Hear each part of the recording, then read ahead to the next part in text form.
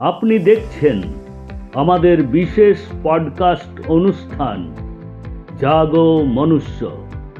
এই অনুষ্ঠানের মাধ্যমে আমাদের বিশেষ অতিথি সন্তান দলের সম্মানীয় প্রেসিডেন্ট শ্রী শঙ্কর সরকার মহাশয় প্রকৃতি ও মহাবিশ্ব সম্পর্কে আমাদের সবাইকে সচেতন করবেন। এই অনুষ্ঠানটিতে ধর্ম, রাজনীতি, বর্ণ এবং আরও বিভিন্ন বিষয়ের কথা মানুষকে জানিয়েছেন।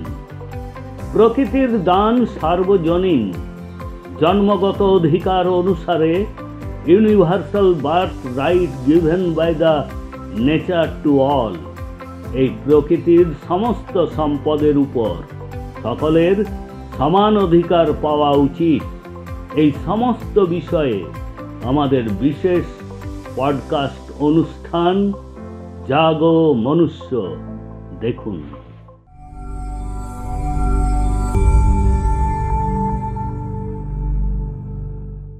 রাম ও নারায়ণ রাম। যখন কোনো গায়ক তার সঙ্গীত অনুষ্ঠান করেন, তখন উদ্যোক্তাগণ তা শোনার জন্য ভালো দামে টিকিট বিক্রি করেন। মানুষ সেই টিকিট কেনেন। কারো কাছে টাকা থাকুক বা না থাকুক, তিনি কোনোভাবে টিকিট কিনে গান শুনতে যান।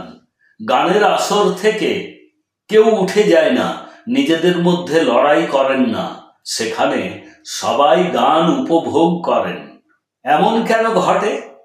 মানুষের ভিতরে কি এমন আছে যে গান শোনার পরে আনন্দ বোধ করেন? কেউ জানে না। শরীরে শুধু হাড়, রক্ত, মাংস রয়েছে। তাহলে আমাদের ভেতরে কে রয়েছে যে সঙ্গীত শুনে খুশি হয়? কে খাবার খায়? কে জল পান করে? তিনি আসলে কে তা কেউ বলতে পারেন না। আপনি যদি কোনো বিজ্ঞানীকে জিজ্ঞাসা করেন, তবে তিনিও এই রহস্যের উত্তর দিতে সক্ষম হবেন না। একটি মানব দেহ তখন পর্যন্ত ভালোভাবে কাজ করে যখন তার চোখ, নাক, কান এবং অন্যান্য অঙ্গগুলি সঠিকভাবে কাজ করে। তাই প্রতিটি মানুষের ধ্যান করা উচিত। শিশু যখন মায়ের গর্ভে থাকে তখন উল্টো হয়ে থাকে, সে চোখ খোলে না। কিন্তু যখন সে মায়ের গর্ভ থেকে বেরিয়ে আসে তখন সে চোখ খোলে।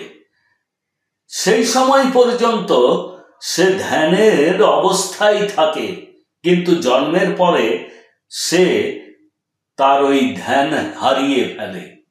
তাই ধ্যান করা আবশ্যক। মানুষ যদি ধ্যান না করে তবে তারা শক্তি পাবে না। প্রতিটি মানুষের ভিতরে প্রায় 50,000 কোটি আত্মা রয়েছে। যদি আমরা তাদের খাবার না দিই, তাদের শব্দ শক্তি না দিই, ধ্যান না করি, আমাদের পিতামাতাকে যদি মনে না রাখি, যদি চিন্তন মনন না করি এবং ধ্যান না করি, তবে শক্তি কোথা থেকে পাব? মহাকাশ আমাদের পিতামাতার মতো। সূর্য মহাকাশ থেকেই এসেছে। পৃথিবী সূর্য থেকে গঠিত হয়েছে। পৃথিবীর নিচে এবং উপরে মহাকাশই রয়েছে।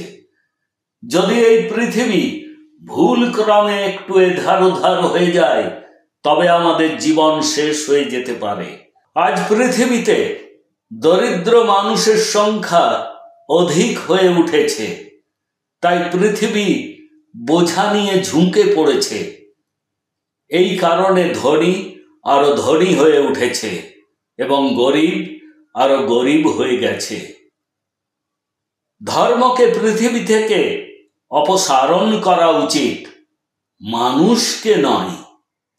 আমার পিতা ধর্ম, ব্যক্তি মালিকানা, শিক্ষার বিষয়ে যে জ্ঞান দিয়েছিলেন তা ভুল ছিল, কিন্তু আমাকে ওই পথ অনুসরণ করতে হয়েছিল।